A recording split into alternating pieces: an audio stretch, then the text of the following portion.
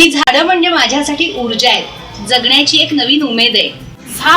झाड म्हणजे माझ्यासाठी एक बेस्ट फ्रेंड आहे, जो कधी कुठे तक्रार करत नाही, काय नाही, सगळं दिलखुलासपणे दुसऱ्यांना देत असतो. सावली देत असतो, फळं फुलं औषधं वगैरे सगळं देत असतो, पण कधी रिटर्नमध्ये काही मागत नाही. So according to me tree is my bestest friend. वृक्ष म्हणजे तुमच्या सोबती, तुम्ही त्यांच्याशी काहीही शेअर करू शकता, कधीही कुठेही आणि तुमच्या जवळही.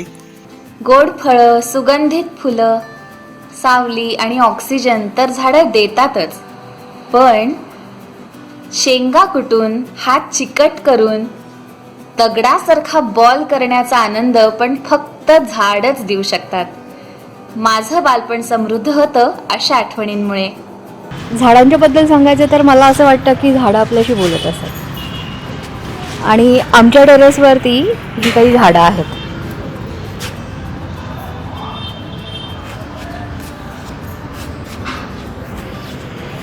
बिलीव्ह मी, खूप छान स्ट्रेस रिलीज होतो जेव्हा तुम्ही झाडांशी बोलत असता आणि झाडं आपल्याशी बोलत असतात.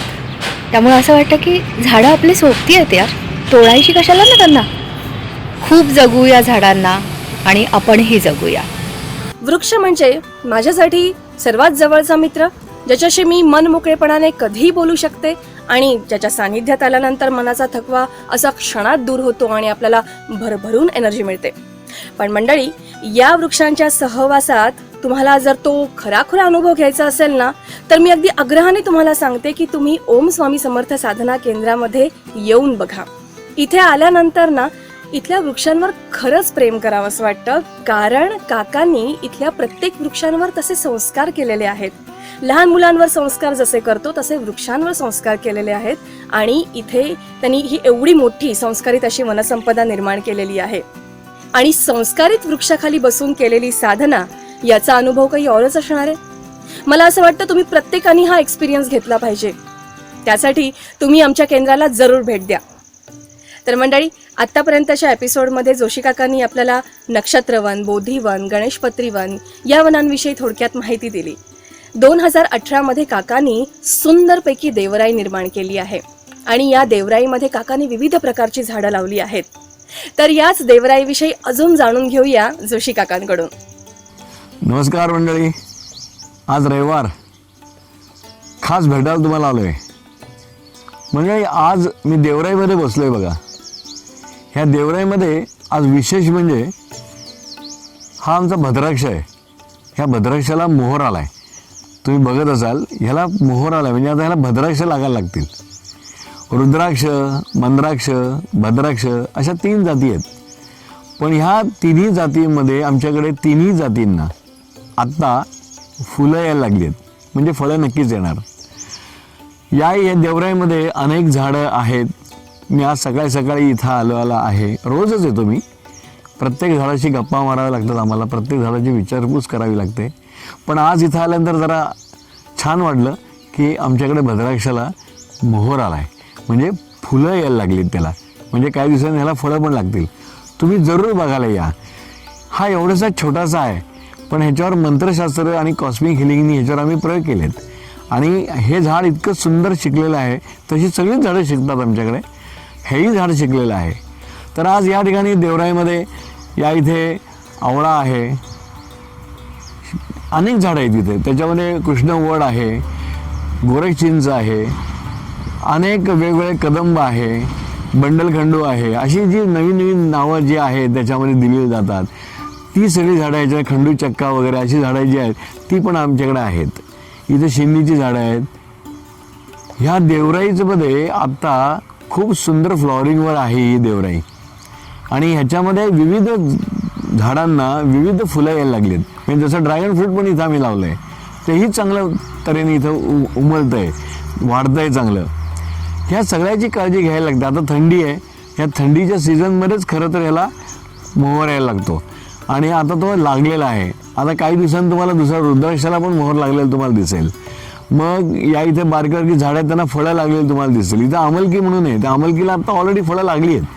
म्हणजे मला म्हणायचं असं आहे की ह्या देवराईमध्ये जेव्हा आम्ही संस्कार करतो, रोज सकाळी इथे येऊन बसतो, आमचे काही मंत्रशास्त्राचे प्रयोग ह्या इथल्या झाडांवरती चालतात आणि मग त्याला ते झाडं फ्लॉवरिंगवर येतात. आता तुम्ही बघाल तर तुम्ही सुद्धा हे सगळं करू शकता हो. तुम्ही इथे या, तुम्ही बघा, आमची देवराई बघा. देवराईच नाही, आमचं नक्षत्रवन, अशा अनेक आमची वनं आहेत की ज्याच्यामध्ये आम्ही वेगळ्या पद्धतीने इथे यांच्यावर प्रयोग करत असतो. तर आता ही देवराई लावून आम्हाला साधारण वर्ष पूर्ण होत आलं आहे. ह्या वर्षामध्ये अनेक पक्षी इथे यायला लागलेत. वेगवेगळ्या तऱ्हेचे पक्षी इथे येतात, ह्याच्यामध्ये राहतात.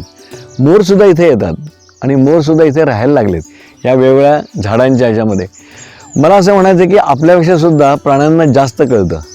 म्हणजे आपण म्हणतो की मी हे झाड लावलं, मी ते झाड लावलं, मी ते झाड लावलं, पण त्या झाडाचा खरा उपयोग हे प्राणी मात्र करून घेतात आणि तुम्हाला शिकवतात पण की या झाडांचे उपयोग काय असू शकतील. म्हणजे आता आमच्याकडे सुद्धा आमलकी एक झाड मी म्हटलं की आमच्याकडे लावले त्याला फळं येतात. ही जी बारीक पक्षी असतात ज्याला आपण म्हणतो पॅरट्स किंवा ते तुम्ही मुनिया वगैरे असं म्हणतात त्याला काय काय, तर हे असे पक्षी तिथे येतात आणि ते बारके बारके जे त्यातले जे पिकलेली फळं असतात त्यातले सीड्स खातात ते, आणि ते खाल्ल्यानंतर तिथंच विचार लागतं. तर आम्हाला असं लक्षात आलं देवराईमध्ये या ह्याच्यात की इथल्याच फळांच्या बिया हे पक्षी इथंच टाकतायत. म्हणजे आम्हाला असं वाटलं होतं की बाहेर जाऊन कुठेतरी टाकतील, पण ते इथेच टाकतात आणि त्याची रोपंसुद्धा आम्हाला भरपूर काही पाहायला मिळाली आहेत. तर ती आता आम्ही रोपं काढून घेणार आहोत, ती रोपांवर संस्कार करणार आहोत आणि ती रोपं पुन्हा इथे लावणार आहोत. म्हणजे पक्षीसुद्धा आम्हाला झाडं लावण्यामध्ये खूप मदत करतायत.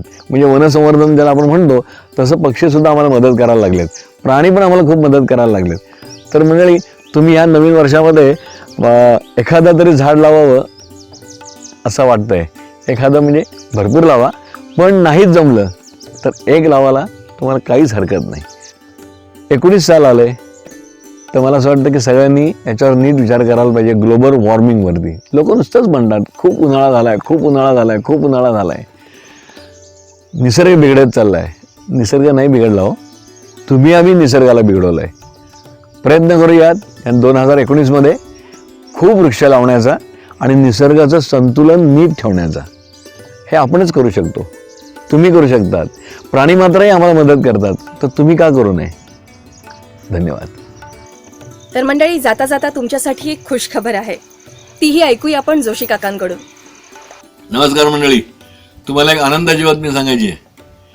पुणेकर आणि मुंबईकर यांच्या आग्रहास्तव आम्ही पुण्याच्या जवळ पौड रोडला, म्हणजे पौडपासून पुढे 2 किलोमीटरवरती 22 मैल नावाचं हॉटेल आहे.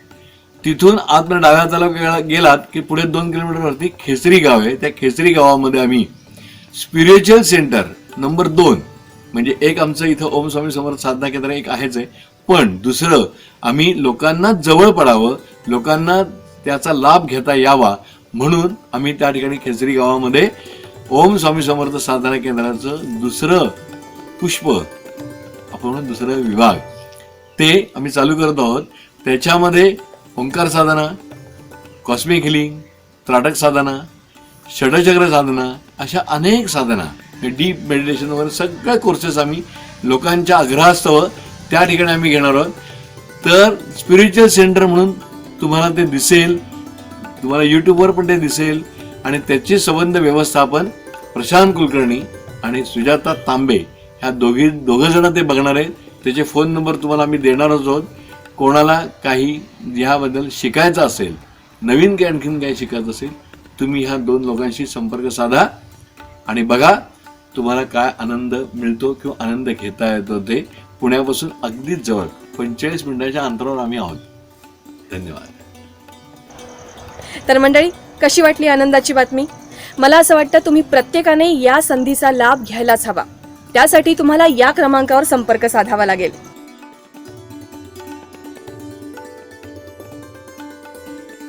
तर मंडळी, भेटूया पुढल्या रविवारी एक नवीन विषय घेऊन जोशी काकांसोबत. नेहमीच हसत रहा आणि मजेत रहा. धन्यवाद.